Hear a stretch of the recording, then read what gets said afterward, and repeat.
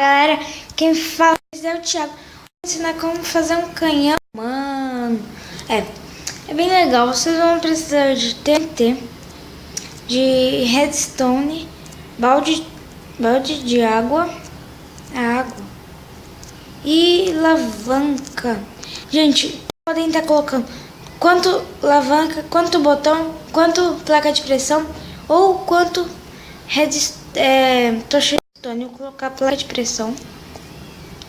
E aqui vocês vão colocar, deixa eu ver o que? É obsidian. Desse jeito. 1, 2, 3, 4, 5. Aqui não tem 5, então a gente vira e a gente não começa de 1, 2, 3, 4 e 5. A mesma coisa do lado. Eita. 1, 2, 4, 5.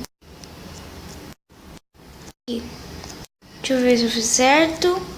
Daí quando vocês tiverem feito isso, vamos colocar TNT do lado. Daí você não tampa do meio, você coloca água.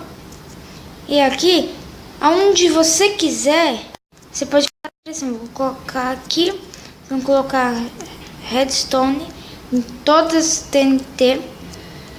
Não em todas, assim. Assim, assim, assim. Assim. Daí é só você pegar aqui, ó, e nadar. Upa!